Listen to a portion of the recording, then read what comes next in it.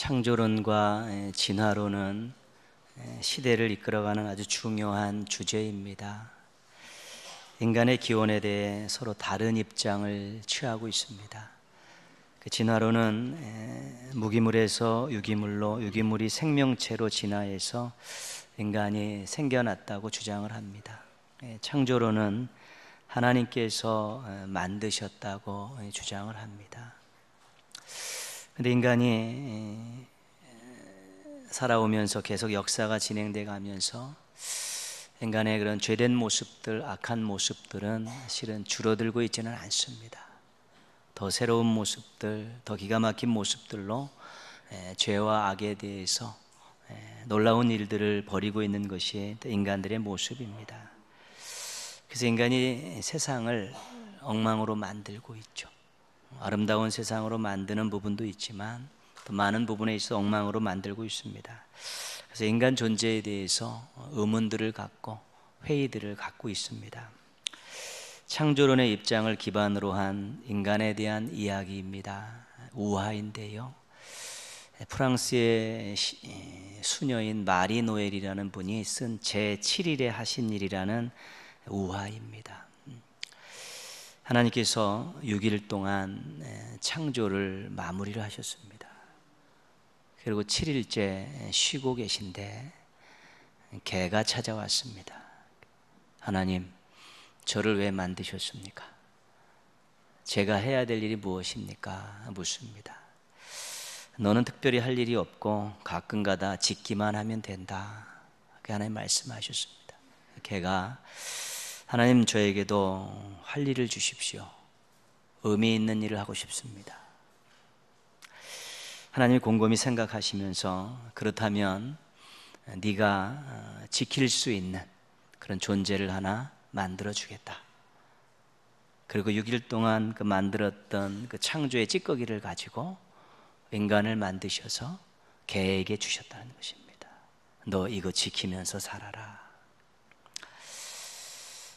이 우화의 내용은 인간이 개를 위해 태어났다는 것입니다. 왜 이분이 이런 우화를 썼냐면, 당시의 프랑스 사회에서 인간들이 너무 사악한 짓거리들을 많이 하니까 고발하는 차원에서 그렇게 쓴 것입니다. 인간이 개를 위해서 창조되었다. 고발하는 것이지 그렇다는 것은 아닙니다. 진화론의 입장을 기반으로 한 인간에 대한 이야기가 있습니다. 이것은 우리가 책을 통해서나 매체를 통해서 많이 확인할 수 있는 내용입니다. 원숭이 3마리가 나무에 앉아서 세상 돌아가는 이야기를 하고 있습니다. 한 원숭이가 이렇게 말합니다. 야, 너희들 요새 터무니없는 소문이 돌고 있는데 들어봤냐? 무슨 소문이냐?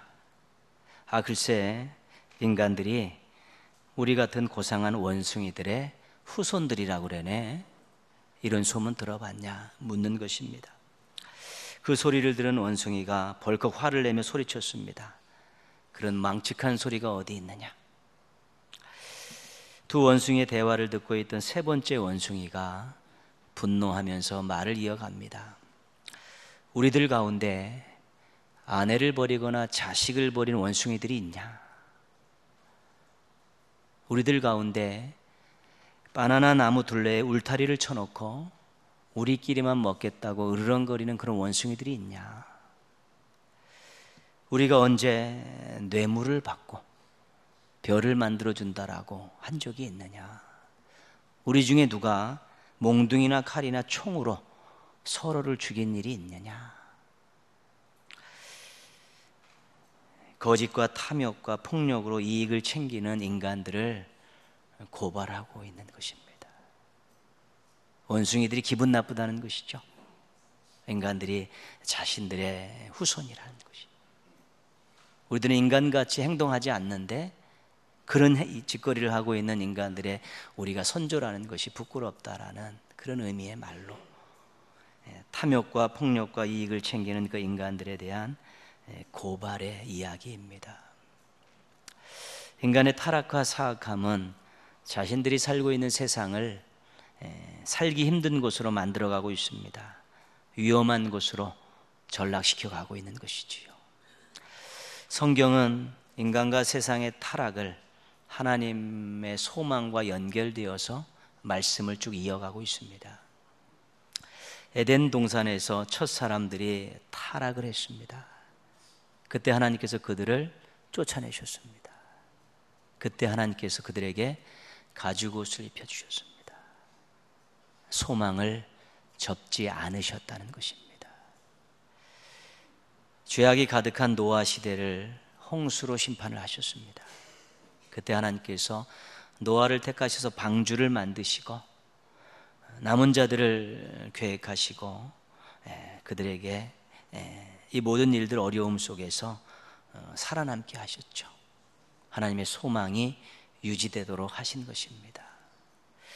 인간들이 모여서 탑을 쌓으며 하늘 꼭대기에 닿자고 하나님을 반역하는 바벨탑 사건이 있었습니다. 언어를 달리하시고 다 세상에 흩으셨습니다.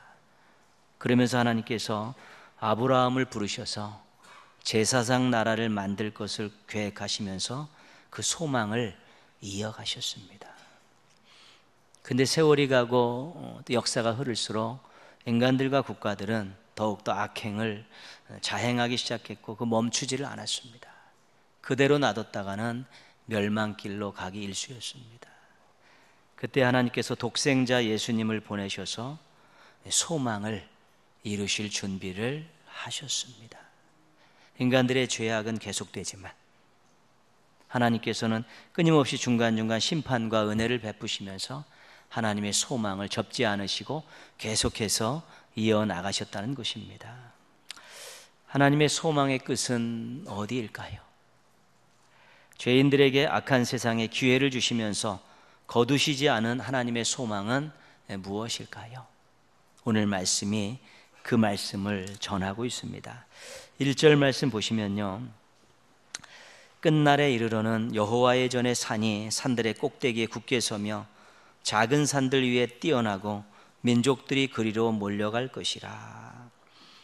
하나님이 정하신 어느 날에 하나님께서 왕으로 좌정하신 산이 우뚝 솟는 날이 있다는 것입니다. 그때 이방의 모든 민족들이 그 하나님의 산을 향해서 몰려간다는 것이지요. 그러면서 몰려가면서 그들이 뭐라고 하느냐, 2절 말씀에 나와 있죠. 곧 많은 이방 사람들이 가며 이르기를, 같이 읽겠습니다. 오라, 우리가 여호와의 산에 올라가서 야곱의 하나님의 전에 이르자. 그가 그의 도를 가지고 우리에게 가르치실 것이니라. 우리가 그의 길로 행하리라 하리니 이는 율법이 시온에서부터 나올 것이요 여호와의 말씀이 예루살렘에서부터 나올 것임이라. 아멘. 하나님의 산으로 몰려가는 이방인들이 하는 말입니다. 하나님의 산으로 가자. 하나님의 전으로 가자. 거기서 우리가 하나님의 말씀을 듣자. 말씀을 배우자. 그리고 그 말씀대로 살자. 그것이 바로 우리가 살 수 있는 유일한 길이다. 그런 이야기를 하는 것입니다. 이방인들이 정말 마지막 때에 자신들의 생명을 보존하고 영원한 삶을 누릴 수 있는 길이 하나님 앞이고 하나님 앞에서 나오는 말씀이라는 것을 깨닫고 그것을 배우고 그것을 행하자고 외치면서 하나님의 산을 향해서 나아가는 그런 모습들을 지금 1절, 2절에서 이야기해 주고 있는 것입니다. 이것이 하나님의 소망입니다. 마지막 때에 많은 이방 족속들이 우리 하나님의 전을 향해 뛰어나오면서 하나님께 경배드리고 하나님 주시는 말씀을 사모함으로 받고 그 말씀을 배워야지만이, 그 말씀대로 행해야만이 우리가 살 수 있다라는 제대로 된 고백을 하는 그날을 하나님께서 소망하고 계신 것입니다. 악행이 자행되고 계속해서 끊임없이 불의가 자행되는 세상을 바라보시면서도 소망을 접지 않으신 이유는 열방의 온 민족들이 하나님의 전에 나와 하나님 앞에 나서 말씀을 듣고 그것대로 살려고 노력하면서 이것이 우리가 살 길입니다 하나님 외칠 그날을 하나님께서 소망하면서 기다리고 계시다는 것입니다. 모든 민족들이 하나님을 왕으로 인정하고 섬기는 그날, 그것이 하나님의 소망이고 열방이 모두 하나님의 말씀으로 생명을 얻고 아름다운 삶을 가꾸기를 원하는 그것이 바로 하나님의 소망이라는 것입니다. 우리가 말씀을 통해 고백하는 하나님에 대한 고백은 이런 것입니다. 하나님은 창조주이십니다. 하나님은 역사의 주관자이십니다. 하나님은 인생들의 주인이십니다. 인생과 역사와 만물을 다스리는 왕이시고 섭리하시고 책임지시는 분이십니다. 이것이 말씀을 통해서 우리가 고백하는 하나님이십니다. 그런데 우리가 하나님을 잘못 알 수 있습니다. 축소할 수 있습니다. 나의 삶 가운데서 나의 필요를 채우시는 분이고, 내가 기도할 때 나를 돕는 분이고, 항상 나와 함께 하시는 분이라는 이것이 자신의 안에 하나님을 축소시킬 수 있다는 것입니다. 세계를 경영하시고 열방을 품고 모든 민족들이 하나님께 나오는 그날을 소망을 갖고 계신 하나님께 내가 필요하면 언제든지 나를 도와주시고 나에게는 없으실 뿐이고, 자신의 인생 가운데 축소시키는 그러한 하나님으로 우리가 전락시키는 일들이 없어야 되는데, 하나님을 자신과 관계된 하나님만으로만 알고 있으면 하나님의 소망을, 하나님의 꿈을 이루어 드릴 수가 없는 것입니다. 하나님의 마음을 우리가 오해할 수 있습니다. 그 많은 속속이는 모습들을 바라보시면서도 여전히 사랑으로 인내하고 계신 그 마음입니다. 우리 같으면 한번 쥐어박을 수도 있고 한번 혼찌검을 낼 수도 있는 그런 상황임에도 불구하고 끊임없이 참으시는 그 하나님의 마음입니다. 왜요? 소망이 있으시기 때문에. 그들도 변화받을 수 있고, 그들도 새로운 인생길을 살 수 있고, 그들도 하나님 앞에 나올 그날을 꿈꾸면서 기다리시고 끊임없이 종들을 보내주셔서 말씀을 전하시는 그 하나님의 그 마음을 우리가 오해해서, 왜 하나님 이 세상을 이토록 놔두십니까? 하나님 어디 계십니까? 라는 그러한 넋두리들을 할 수 있다는 것입니다. 그러나 그 하나님의 소망의 마음을 알게 될 때 우리도 인내하면서 동일한 마음으로 바라보면서 기도할 수 있게 되는 것입니다. 우리가 오늘 하나님의 소망에 대해서 다시 한번 기억을 합니다. 왜 하나님은 끊임없이 사랑을 베푸시고 하나님은 죄악된 세상을 바라보면서 끊임없이 참고 인내하실 것인가? 그것은 하나님의 소망 때문입니다. 하나님이 정하신 그날에 모든 만방의 백성들이 하나님의 전을 향해 찾아 나오면서 하나님 앞에 나아가자, 하나님 말씀을 듣자, 하나님 말씀대로 살자, 이것이 우리가 살 길이다, 이런 외침을 하면서 나올 그날을 소망하고 계시기 때문에 그 하나님의 사랑과 그 하나님의 인내를 우리가 다시 한번 기억할 수 있어야 되는 것입니다. 그래서 그 사랑에 감사하고 그 인내를 찬양하고 그 소망에 힘을 실어드릴 수 있어야 되는 것입니다. 모쪼록 하나님에 대해서 나 중심이 아닌 온 세계를 경영하시는 우리 하나님이심을 정말 그 마음속에 인간의 마음이 아닌 넓은 바다와 같은 그 마음을 품고 사랑으로 인내하고 계신 그 마음을 헤아리시면서 꿈을 갖고 계신 하나님의 그 소망을 다시 한번 기억하면서 꿈을 이루어 드려야겠다라는, 그 꿈에 일조해야겠다라는 그런 귀한 마음을 가지고 여러분의 신앙과 삶을 다시 한번 점검하시기를 주님의 이름으로 부탁드리겠습니다. 하나님의 소망은 꺾이지 않습니다. 인간들에 의해서, 세상에 의해서, 권력들에 의해 꺾이지 않습니다. 하나님의 사랑은 바다보다 깊고 넓기 때문에, 하나님의 인내는 쇠심줄보다도 강하기 때문에 절대로 하나님의 소망을 꺾지 않습니다.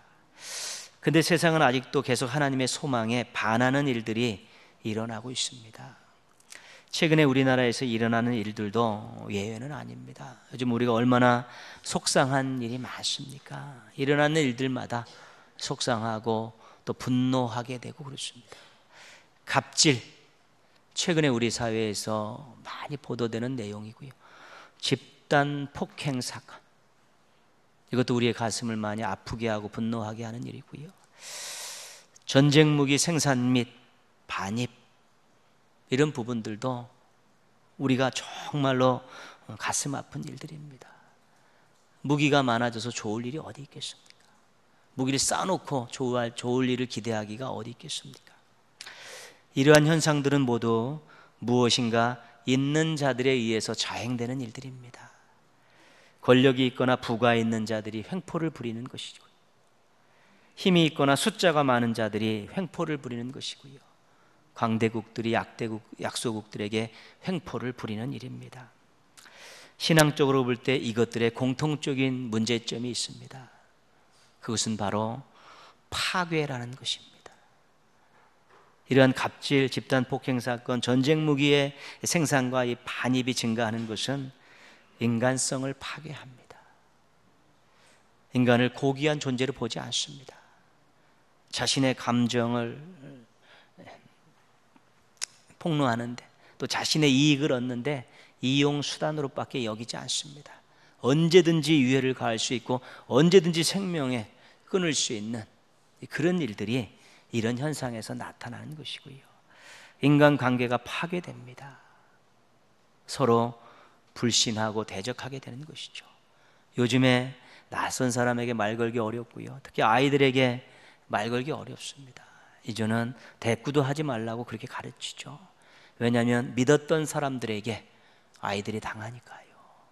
믿었던 사람들에게 아이들이 엄청난 사건들을 경험하게 되니까 이제는 너 누가 뭐라 그래도 말도 하지 마라, 쳐다보지도 마, 인사하지 말고 빨리 와라, 그렇게 이야기하고요.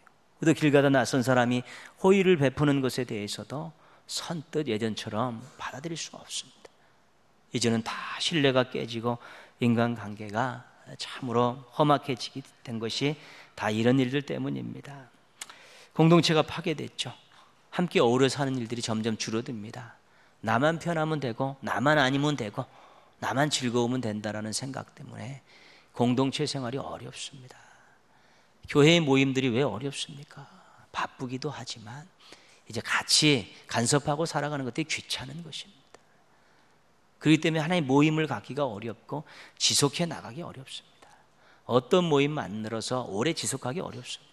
전부 중간에 막 깨지고 사분오열되는 일들이 많죠.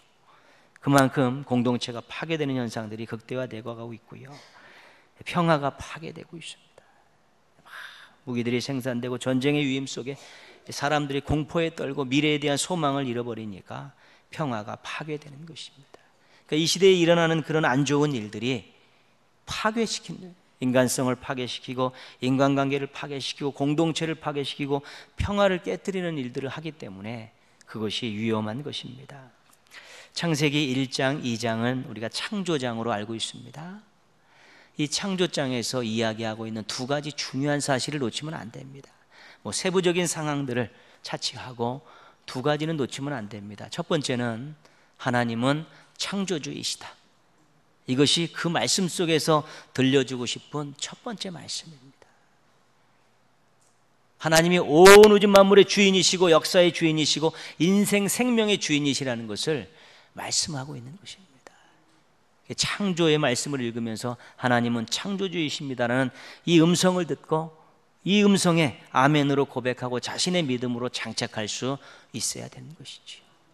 두 번째 들려주시는 음성은요, 인간은 하나님의 형상으로 만든 존귀한 존재라는 것입니다.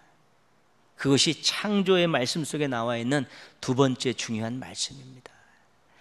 인간이 무시되고 학대받는 것, 인간관계가 산산이 부서지는 것, 공동체가 분열하는 것, 평화가 깨지면서 사람들에게 공포를 주는 것들, 이 모든 것들이 인간을 불행하게 하는 일인데 창조주 하나님을 분노하게 하는 일입니다. 하나님께서 절대로 인간들이 학대받고 인간관계가 깨지고 공동체가 파멸되고 평화가 산산조각나는 일들을 원치 않으시는 것입니다. 이런 일들이 극에 달할 때 임하는 것이 심판입니다. 하나님의 소망을 꺾는 일이 극에 달하면 관여하시고 새 판을 짜시는 것이죠. 창세기부터 요한계시록까지 심판의 때가 늘 있었습니다. 근데 그 심판 다음에 하나님께서 새 판을 짜시죠, 항상. 왜냐하면 하나님은 소망을 접으시지 않기 때문에 그렇습니다. 모든 민족들이 하나님의 전으로 향해 달려나오는 그날을 꿈꾸고 계시고요.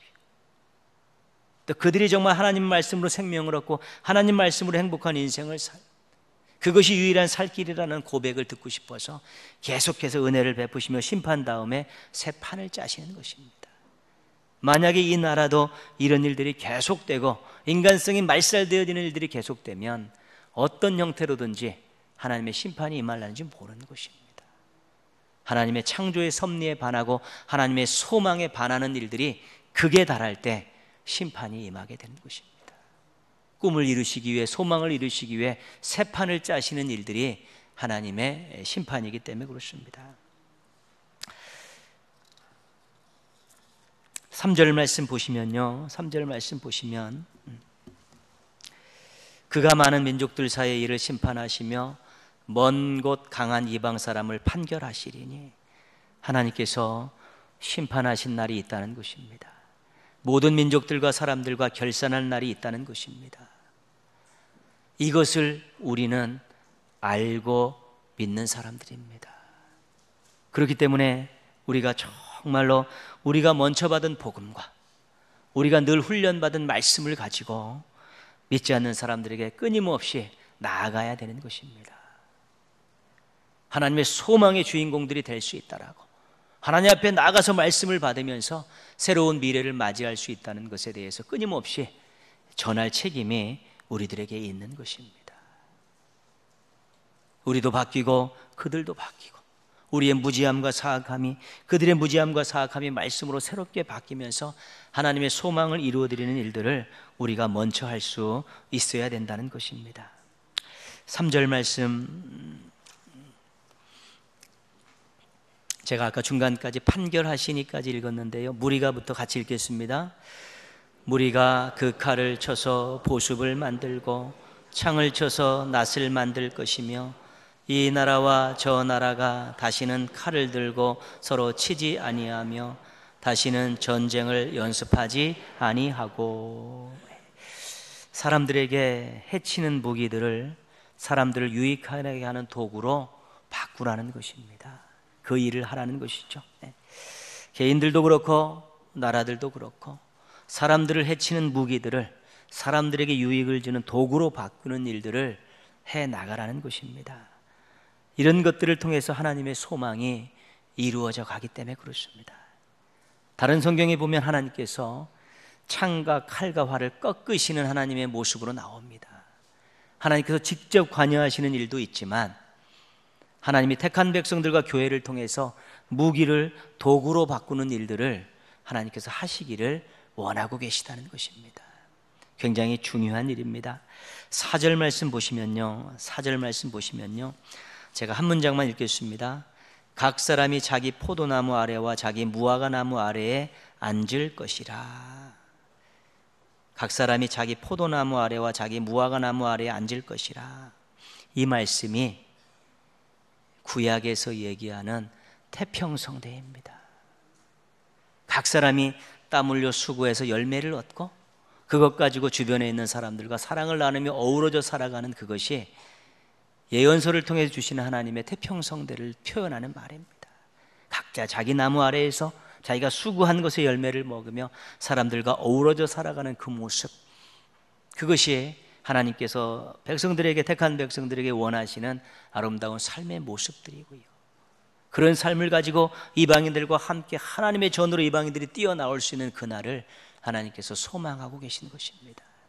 하나님께서 그 일을 지금도 이루고 계신데 우리에게 말씀하십니다.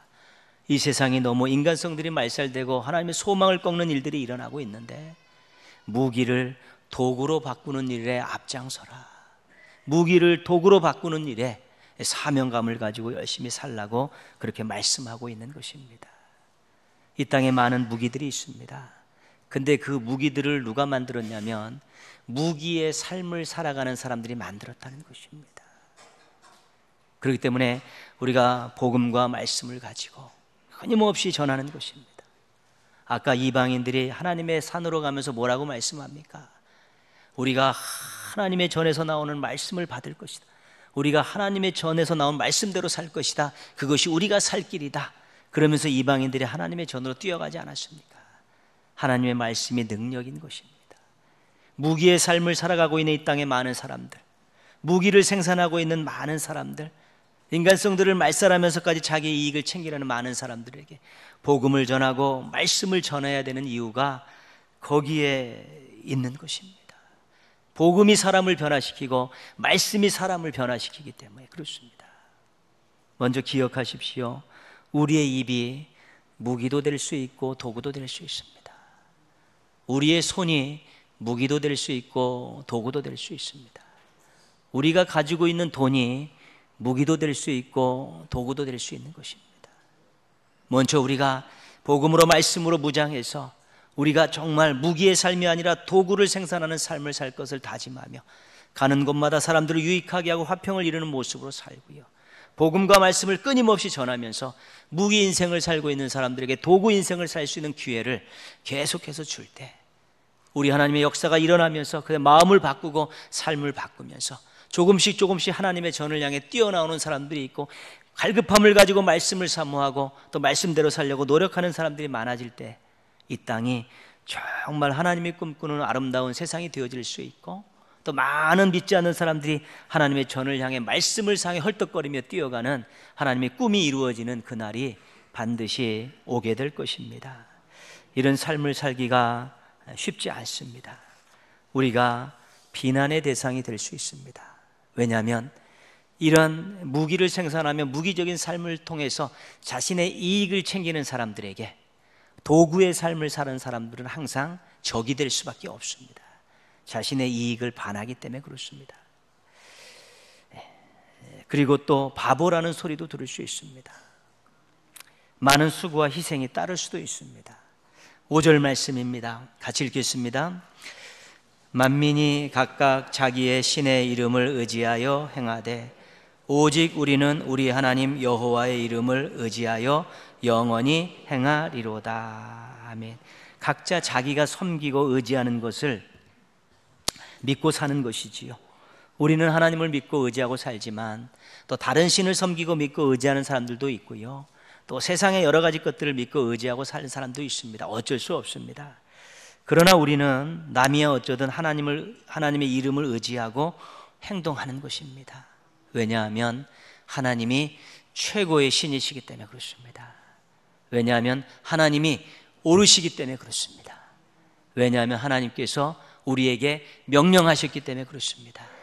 왜냐하면 하나님께서 계획하신 일을 반드시 이루시기 때문에 그렇습니다.